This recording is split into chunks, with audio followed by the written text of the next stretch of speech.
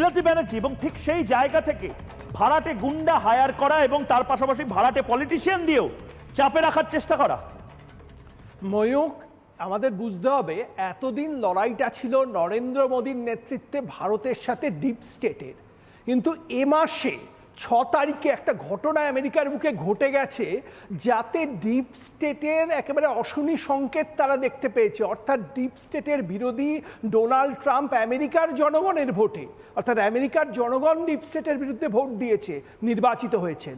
আজকে হচ্ছে নভেম্বরের 25 তারিখ, জানুয়ারির 20 তারিখে ডোনাল্ড ট্রাম্প দায়িত্ব নিচ্ছেন, অর্থাৎ 2 মাসও হাতে সময় নেই ময়ূক। ঠিক এই কারণে ডিপ স্টেট তাদের অশনি সংকেত দেখে আঘাত হানছে। আঘাত কেন ইসকনের সন্ন্যাসীর ওপর কেনেছে?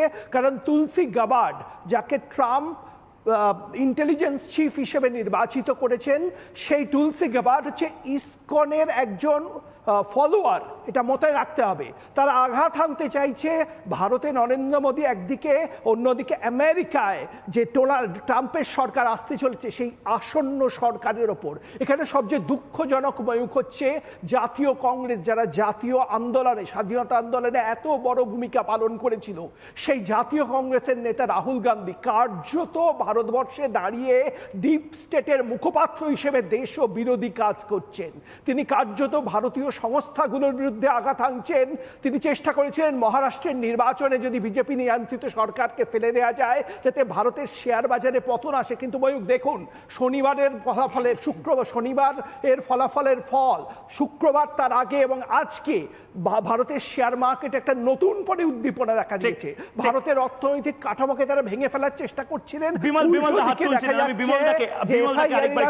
আসছে তাই ডিপ স্টেটের চক্রান্ত ব্যর্থ হচ্ছে, এটাই অশনি সংকেত। এবং এই জন্যই এই পদক্ষেপ ডিপ স্টেটকে ভাঙতে হবে। আমাদের এই কনভারসেশন শুনে ডিপ স্টেটেরও ঠকঠক করে কাঁপছে। ময়ূক, এখানে একটা লেফট লিবারেল ইকোসিস্টেমেরও খেলা আছে। ওরা দীর্ঘদিন ধরে একটা জিনিস প্রজেক্ট করে এসেছে, ব্যবসা মানে খারাপ, ব্যবসায়ী মানে খারাপ, চাকরি বাকরি করো, ভারতীয় ব্যবসায়ীরা খুব বাজে। অথচ ভারতীয় ব্যবসায়ীরা এখন বিশ্বে একেবারে সম্মানের জায়গায় যাচ্ছে। দেখুন, একটা কথা বলি, সেটা হচ্ছে যদি আদানি কোনো অন্যায় করে থাকেন আইনের মুখোমুখি তাকে হতে হবে, কিন্তু প্রত্যেকটা দেশ তার ব্যবসায়ীদের পাশে দাঁড়ায়।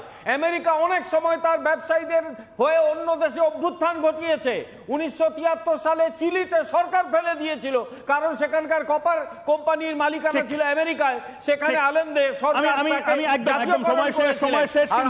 আমি এখনো দেখতে পেলাম না এই যে জর্জ সোরোসকে নিয়ে রাহুল গান্ধীর কোনো কথা। আমি দেখতে পেলাম না চিন্ময় কৃষ্ণ প্রভু যে গ্রেপ্তার হয়েছে তা নিয়ে কোনো কথা। ভাই, মেরুদণ্ডহীন মোহাম্মদ ইউনুসকে সমালোচনা করে রাহুল গান্ধীর কোনো টুইট।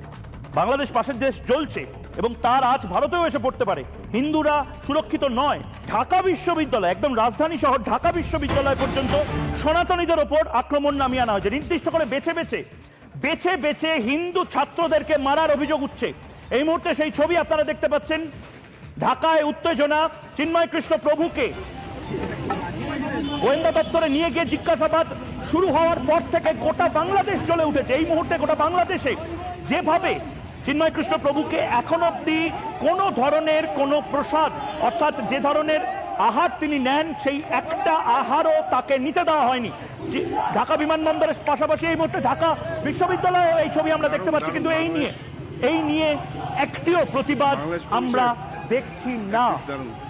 বাংলাদেশ, আবারও বলছি, বাংলাদেশ টাকাটা দিতে পারছে না, আদানিকে টাকা দিতে পারছে না বলে মোহাম্মদ ইউনুস হাতে পায়ে ধরেছিল ডিপ স্টেট আদানির বিরুদ্ধে এই কনস্পিরেসি থিওরি নামিয়ে এনেছে।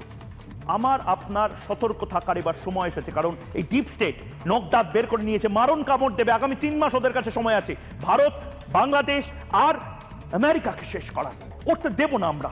লড়াই চলবে।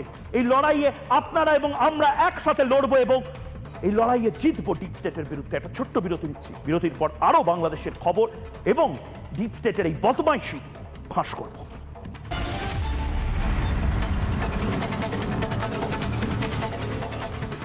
নানা ধরনের কন্টেন্ট দেখার জন্য লাইক করুন, শেয়ার করুন আমাদের ফেসবুক পেজ, সাবস্ক্রাইব করুন আমাদের ইউটিউব চ্যানেল। পাশাপাশি অন্যান্য ব্রেকিং নিউজের জন্য অবশ্যই চোখ রাখুন রিপাবলিক বাংলায়।